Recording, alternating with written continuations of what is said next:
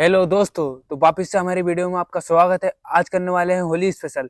और होली स्पेशल में हमारे पास है सभी कलर के ब्रांड के सभी कलर, और इनके साथ करने वाले हैं धमाका, बहुत ही खतरनाक धमाका।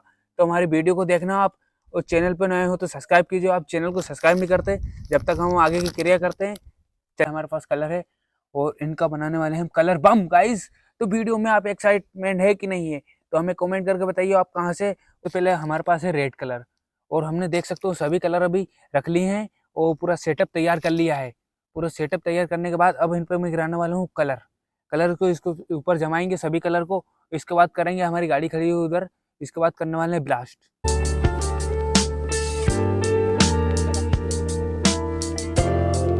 ये देखना पैकेट पूरा पूरा इस पे बकायदा इस पे गिरा देता हूँ।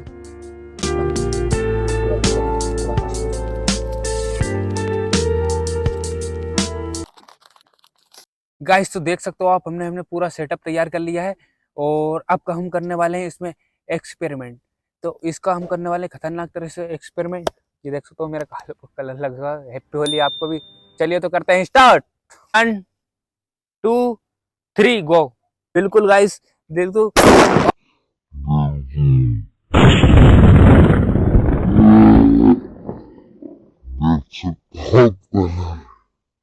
धमाका हो चुका है बिल्कुल। और देख सकते हो कलर ही कलर।